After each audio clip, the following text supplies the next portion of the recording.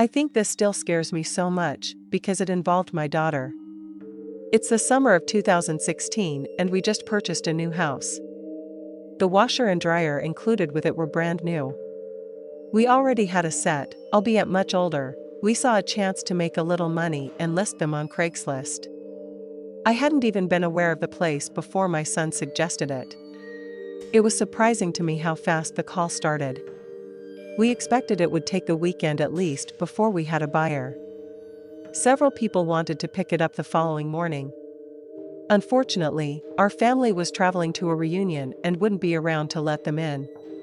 Every caller was told whoever arrived first Monday morning would be the lucky buyer. The terms were sent and we headed out the following morning. That night we received a panic call from our daughter. She had stayed behind because of illness. Something truly scary and extraordinary had happened just hours before. She said she was laying in bed watching TV and heard a loud crash. Then voices echoed from the living room. Not sure what to do. She stayed still and listened. When she was certain it wasn't us, she grabbed her phone and hid in the closet. The voices of two men drew closer and stopped outside her door. They were talking about looking for something. She feared that they were there to kidnap her. The dispatcher kept her calm and they made small talk until the cops arrived. A ruckus could be heard coming from the living room along with some yelling. Then everything went silent. The dispatcher stopped talking for a moment. Seconds passed, then it was all over. The dispatcher spoke up and told her she could come out. She emerged and introduced herself just as the last thief was being let out. It took a week or two to get the full story. The interrogations uncovered their reason for the break-in. The pair had intended on buying the washer and dryer, at least at first. When I mentioned we'd be out of town, they decided to just break in and take them. Both swore they never knew my daughter was there. And I thank my maker, they didn't know telling what could have happened. After first making sure a girl was okay, we returned home that night. I remember shaking like a leaf the whole drive back and jumped from the car before my husband could park it. The second I saw her, I gave her a big hug and didn't let go for a long time. My husband and I spoke to the police the following morning. They assured us because of their previous convictions, the burglars would do prison time. They were still inside the last time I heard and wouldn't be released before 2025. However, with all the cons getting out because of the lockdown, I fear they may be among them. Although our daughter seems to have left it in the past, the long-term effects still aren't clear. If they aren't released early, I hope any hidden trauma doesn't rear its head and set her recovery back. As for the washer and dryer, a nice young couple picks it up that Monday morning. We happened to run into them a few months ago, and they said both units were still working well. I mentioned to them what happened that weekend and they were shocked, but still able to find the funny side. I'm glad things went well. And we were both able to laugh about it now. Every day we hear of families that weren't so lucky, and I'm thankful to not be among them. It was May of last year, and I just signed the lease on a new house. They turned out the refrigerator didn't come with a deal. I'd spend most of my money on the house, so I started looking for a cheap one at garage sales. I couldn't find any that way. Then, I remember Craigslist. After just 10 minutes, one popped up not far from me. I called the number and a nice lady answered. She said the refrigerator was still for sale, but she couldn't guarantee it would still be there when I arrived. So against my better judgment, I asked for her PayPal and sent her the $75. She sent me an email confirming she got the money, and we set a date for me to pick it up.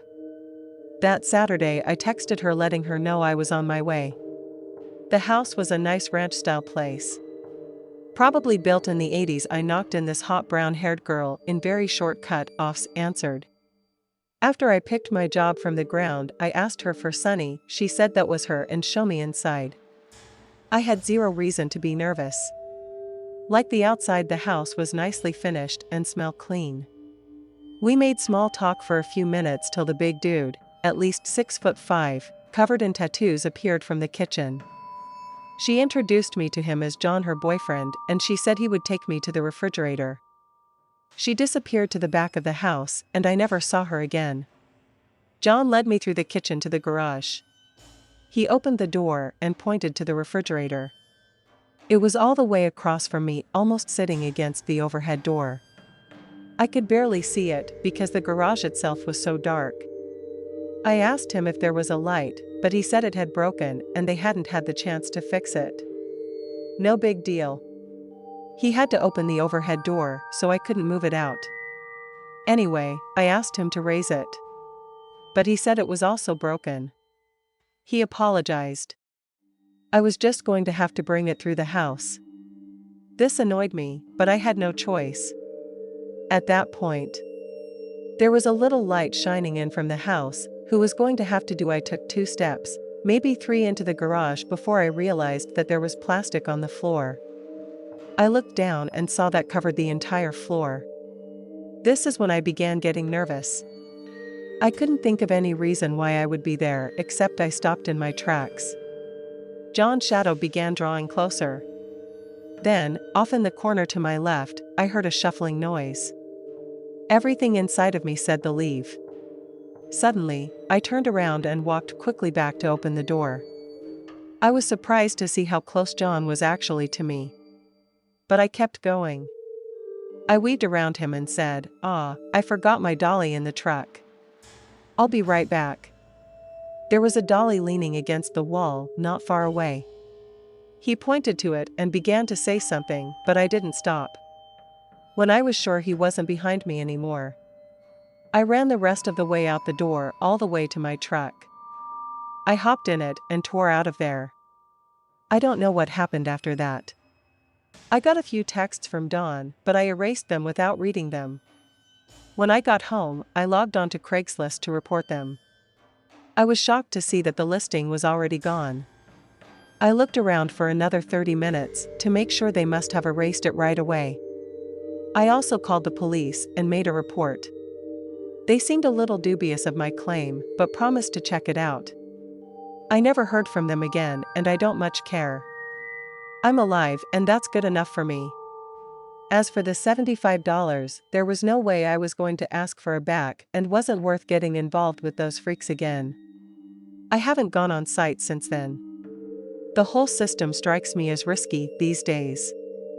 Anyway, I got lucky. A week later, there was a garage sale in my neighborhood that had a used refrigerator. It was $100, but a lot nicer than the one, and it serves its purpose just fine.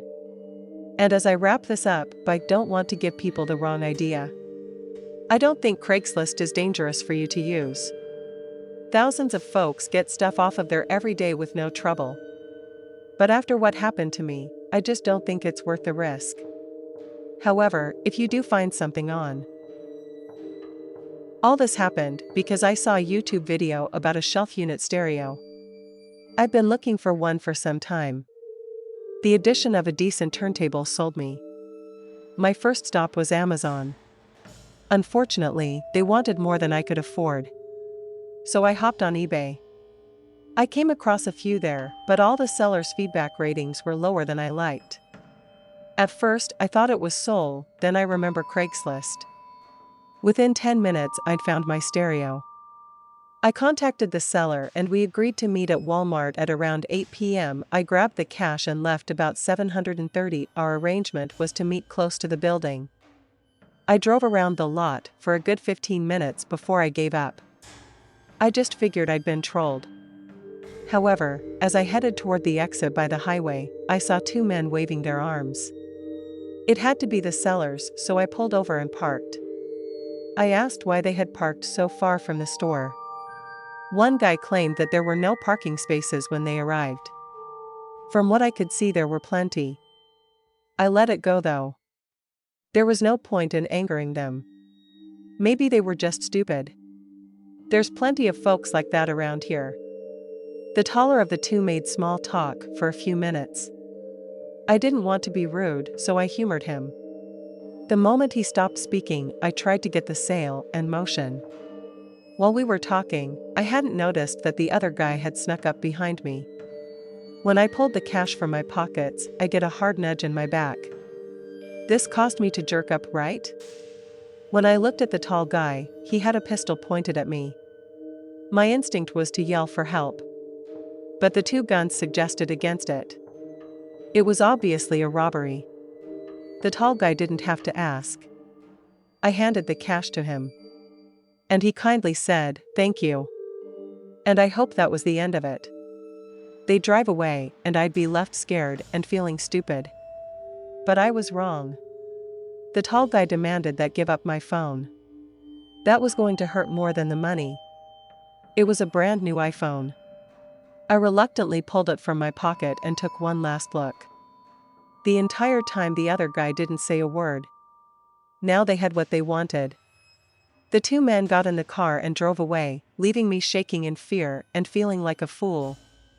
I convinced myself I'd taken the proper measures to prevent stuff from going wrong. But the moment they changed the plan, I went ahead anyway, despite any misgivings I had. Now I was minus $100 in cash and a $400 phone. Without a phone, I had to walk the 200 yards to the store to call the cops. The employees tried to be sympathetic, but I'm sure they thought I was stupid till the police arrived soon and took my statement. I respect them for being honest with me. We all knew the guys probably wouldn't be caught, and they haven't been almost 4 years on, and I have yet to hear of an arrest. I suppose I should be grateful it didn't cost me more. Had my assailants been of the mind to, I could have paid the ultimate price. This may sound strange to some people, but I collect movies on VHS. My collection is currently over 1,000 and growing daily. I spend my weekends searching through thrift shops, and online sellers are interesting and hard to find cassettes. Sometimes I'll purchase boxes of tapes. These often include home recordings of forgotten television shows and family memories deemed no longer important. There was a time I loved nothing more than to cuddle up and watch them with my girlfriend. Although most turned out to be boring, I occasionally stumble across something very special. A couple of years ago, I was browsing through Craigslist and came across a box of cassettes.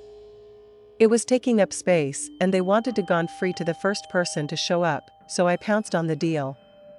An hour later, I was parked in front of my TV with a big box of tapes. The whole totaled 44.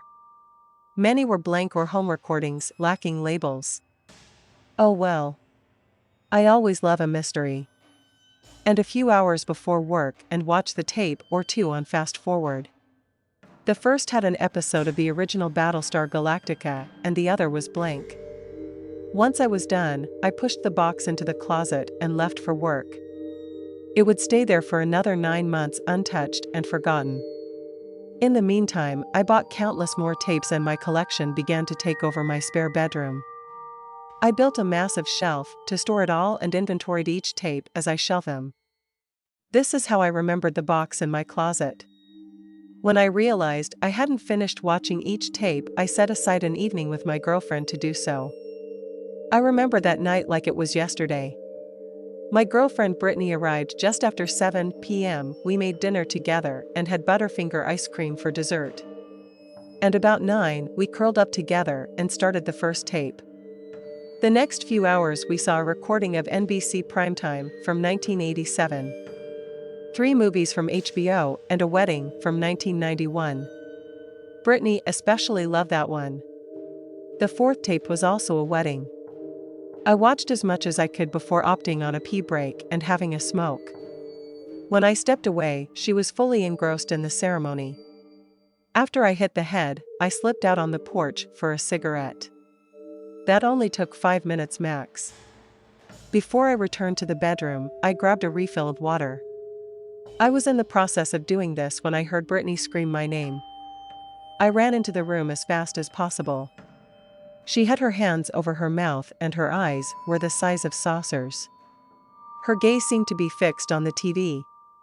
What would I said? I leaned over the TV but saw nothing but a blue screen. I asked her again. She remained speechless, but pressed rewind on the VCR. A few seconds later, she pressed play and patted on the spot next to her. I assumed this meant sit down, so I did. The tape again is the happy couple prepared to cut the cake. I got annoyed and asked, "What's going on with you?" "Just wait a second. It's coming." The words were so sudden I jumped. So I kept watching, waiting for some mystery thing to occur. The couple were feeding one another cake and the recording cut out. The static blurred at us for a moment before a new recording began. Now, a man was staring at us. He looked at the starting video camera. When he moved away from the camera, you could see a nude woman laying on a bed. The guy hopped on the bed, and they began doing it. "All right, baby," I said in a joking way. Brittany snapped and told me to shut up. By this point, I was completely dumbfounded. I almost felt embarrassed watching it. I'd never thought of myself as the sort of voyeuristic type. The couple continued coupling and the woman whispered, "Choke me." He did, and I began to peek and thinking kinky to myself. Not my thing, but to each his own. The man continues to choke the woman. She began gasping for air, but he didn't stop. Even when she grabbed his arms, he kept going. He completed the act and let go of her throat. The couple lay quietly together for a few moments and said nothing. Suddenly, the man turns toward the woman. He stares for a few seconds and raises his eyebrows and starts shaking her. The dude's yelling her name and occasionally slapping her cheeks, but she's not moving. This is when I started to catch on. The man stands up, now holding his partner by the shoulders and shaking her. Still no movement. This is when he started to catch on. He eventually stops and just stares into her empty eyes. "No way, man." I'm beginning to freak out now. "No way, dude." Brittany is silent. Man sat down on the edge of the bed, his head buried in his hands. Hello sobbing can be heard. This goes on for a few moments before he remembers the camera. And one long motion, he reaches out and slams his hand down on it. The blaring of the static returned and I sat struck down. The hissing continued until Brittany finally pressed stop. "Dude," who's the only word I could get out. I had never seen anything like that before. Brittany turned toward me and asked what we should do. I honestly had no idea. I still couldn't believe it was real. Maybe it wasn't. But let me have a smoking. I'll consider our options. I retreated outside to think. When I returned, I proposed the idea that may have been fake. I don't want to go to the cops until I'm sure it's real. No way do I want to become the budget some trolls joke. Okay, if she had any misgivings, she kept them to herself. She may have still been in shock. I know I was. Our evening was clearly over. I suggested she stayed the night, but she declined. No big deal. I'd have a hard time getting any sleep until I knew the truth. My first goal was to contact the tape's previous owner. I knew for sure the man in the tape wasn't the dude I got the box from. There was a good chance he may know his identity though. My emails went unanswered. I tried to contact him by phone, but his number no longer worked. I finally went by his place and discovered that he had completely moved without a way to contact him. My options had run out after the police would be. The cops said that they would watch the video and contact me if they had any additional questions. It was out of my hands now. In the weeks during my search, I'd seen very little of Brittany. She'd always had some excuse. I figured it was only a matter of time before she ended things completely. Another week would pass before she'd call. I can't do this anymore. I haven't slept for weeks. All I can see is that dead woman. There was no use or sense in arguing with her. I wished her a good life and hung up.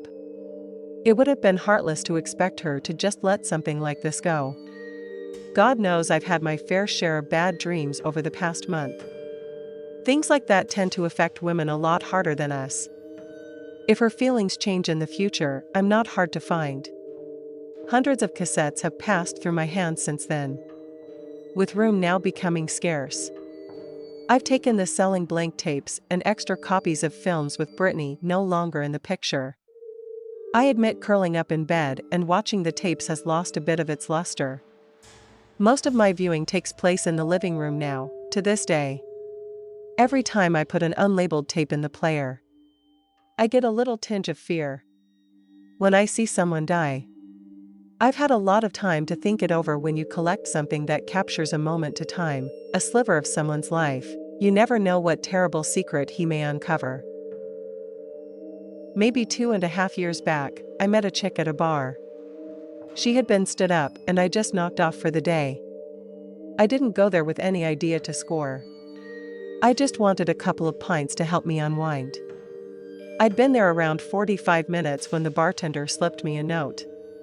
It was from a girl sitting at the end of the bar. She asked me to grab a table with her so we could talk. My curiosity was piqued. So I looked at my rights and locked eyes with possibly the most beautiful woman I'd ever seen. I thought maybe I'd been given the note accidentally. No way a girl that hard was interested in me to make sure I pointed that note and mouth was this for me. When I pointed to myself, to my amazement, she nodded yes. And that's where our evening began. I grabbed a quiet table in the corner and she joined me. We introduced ourselves before getting to the small talk. Her name was Amber and she was 25. Close up, she was even more beautiful. I asked her why she'd written the note. I was genuinely curious. While I'm not a walking mass, I was nowhere near her level. The possibility I was being tricked into mind. So I asked if I was being pranked, but she said no. It wouldn't be the first time my friends seemed to think it was funny and a girl would like me. They put notes on my windshield at least twice pretending to be from a secret admirer. I never fell for it. I'm far smarter than they think I am.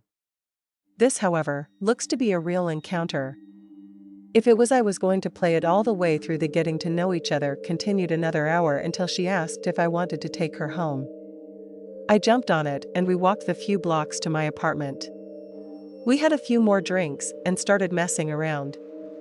I don't kiss and tell, so I'll just say we enjoyed one another's presence for the rest of the night. When I awakened the next morning, she's already gone. I wrote it off as an amazing dream and went to bed. When it came out, a pair of beer bottles caught my eye. I walked over to get a closer look.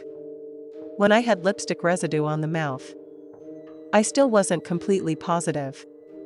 I walked over to the bed and sniffed the pillow opposite mine. The wonderful smell threw me back to the previous evening. There was no doubt it didn't really happen. I was over the moon for a long time. I hoped to see her again. I went as far as asking some employees if they knew how to find her, but none did.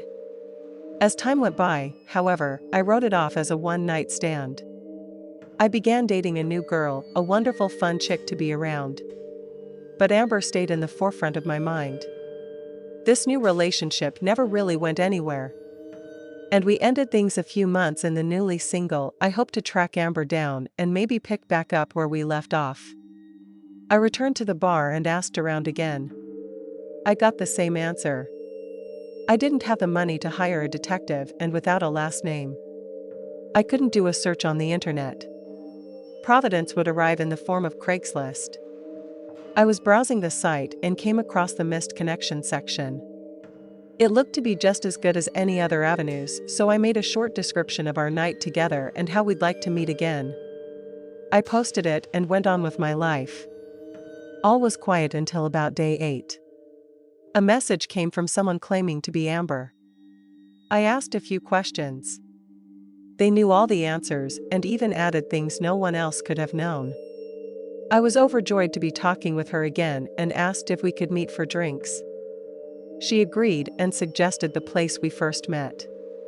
It sounded perfect, almost romantic. I started to believe this may actually go somewhere. My month-long search was over. For the rest of the week, my stomach was in knots. I was counting the hours. Saturday eventually arrived and I made my way to meet her. She was visible from outside and more beautiful than I remember. I joined her at the table and the night went much as it had our first evening. All but one thing throughout the evening. She checked her phone many times. I assumed she was just nervous and tried to ignore it. It was a few hours before Six suggested that we go back to her place. I've been looking forward to this for months. On her way out, I visited the bathroom. As I walked out, I noticed she was fiddling with her phone again. However, now she was making a call. I didn't care. Besides, maybe she was calling a roommate. She was basically a stranger to me. For all I knew, she had kids. It's once again. I really didn't care. She'd hung up by the time I returned anyway, and we met her way to her car. I stumbled my way down the street until she pointed at this plain four-door sedan, and I shuffled up to the passenger door. She unlocked it, and I fell into the seat. We closed our doors, but instead of starting the car, she just sat there and smiled at me. "She wants to make out the idea," perked me up. When I leaned over to kiss her, a strange male voice told me to stop. What? I was so drunk, I had a difficult time assessing the situation. I turned my head to the back seat and saw a large masked man pointing a gun at me. "Don't make me shoot your cowboy." Instantly, I sobered up. I could tell he meant every word. I looked over the hamburger. Our eyes met, and I knew I'd been tricked. They were cold, lacking any empathy. I was devastated. I lost my desire to live in that moment, moving much faster than I should have. I yanked my wallet from my pocket and threw it into the back seat. I think my nonchalance caught the man off guard. He said nothing, even as I stepped from the car and slammed the door. I didn't know what to do. So I just stood mute, staring at the pavement. It remained quiet for around 30 seconds until I heard the car start and speed away. It wasn't long before I had a massive adrenaline dump. The seriousness of what occurred mere moments prior hit me like a truck. I hunched over and actually began vomiting. Massive amounts of booze and nachos poured from my guts. I eventually ran dry and returned to my feet and waved my mouth and made my way home. I wanted nothing but to sleep and didn't even bother to undress before falling into bed. Most of the day was gone when I woke up. I chugged a bottle of Gatorade, my hangover cure. The events of the previous night became clear by the second. I felt so stupid. All the time I'd wasted looking for her. Then I got angry, and my desire for revenge kicked in. A quick shower and a 2-mile walk later, I found myself filing report in Chicago. Stick-ups generally don't get much attention. When the detective handed me some mug shots, I got the idea I'd stumbled into something a tad more serious. I was shocked to see the faces of Amber and her accomplice staring back at me. I pointed them out. When the detective handed me some mug shots, I got the idea I'd stumbled into something a tad more serious. I was shocked to see the faces of Amber and her accomplice staring back at me. I pointed them out, and the detective gave me the lowdown. Only at that moment did I realize just how lucky I had been. According to him, I had fallen prey to a scam. Amber's real name was Shannon, and she'd been a career con artist. The pair had been targeting single men for the last 6 months or more. I was thought to be their 5th victim, and the previous 3 had actually been killed. And I felt the shudder through my body. The detective was unsure why I'd been allowed to live. That made 2 of us. Perhaps our history made me too much of a risk. Maybe she'd been pressured into doing it by her partner. I'll probably never know. It was hoped that I had new information to give him, but I ended up being no help. We spoke a little longer before he sent me home. Now it was even more confused. I was happy to be alive. On the other hand, however, I wondered why I'd been spared. I have one particularly funny theory that they didn't consider $23 in the maxed out card worth killing over, but the truth is it's not really a joking matter. Things wouldn't get any clearer when Amber's accomplice was arrested. He'd be brought in on unrelated charges only to lawyer up the second he was asking the questions. He'll stay mum more than likely, even when presented with the possibility of execution. The detective on my case thinks Amber's probably won't be caught for a long time. And even if she is, she'll go the way of silence to if and when she is caught. I hope I can get a few minutes alone with her. Not because I wish her any harm, have come to terms with her role in the crime. Instead, rather I'd like to ask why I was spirit when others weren't. I'd like to think it's because we'd made some type of connection on emotional level. Then again, that's probably just my romantic side thinking out loud in truth. It probably just wasn't my time. I have a friend I've known since grade school. Because of difficulties he has with advanced math, he wasn't allowed to graduate, a full of state law in my opinion. Therefore, he left school our senior year, lacking a high school diploma, frustrated his ability to acquire any good work. Despite his clearly high level of intelligence and experience with computers, he had to set it with a job at the local transfer station or dump for the less savvy. It's the place the trash trucks drop off their loads and trailers take the garbage to the landfill. From there, I know more about trash than I care to know. Clearly, no one has to tell you about the large amount of waste taking place in our culture. Because of this waste, my friend Robert saw an opportunity to make extra money. He noticed a lot of old computers were being thrown away. Since he was well versed in the field, he got an idea. He began bringing discarded laptops and towers home to repair. Not all. In fact, most of them were junk, but a few proved to be unexpected gems. At first, he only sold on eBay. But because of the rising cost of shipping, he moved most over to Craigslist. In no time, he was well known in the area as a top-notch computer builder. I'd wager 50% of the laptops in the county came from him. As a matter of fact, I'm writing this on a computer he actually gave me, and because of this reputation, he was making more than enough to quit the job at the dump. They would have cut them off from his supply or at least added an extra cost he didn't need. And so he stayed on. My reason for writing brings us to April this year. Robert had come across a pair of HP laptops, one of them almost new. He chose to keep the older model for daily use. He just recently sold his after being offered a price to good refuse. It was a super-duper decked-out laptop someone had used for video production. As usual, it was found at the transfer station like all the others. The newer of the pair was only 2 years old and didn't appear to have any problems. This would make selling it that much easier. As usual, process was to go through a computer and remove anything not on it at the time of sale. He was performing a primary search of the new HP and came across a password-protected file.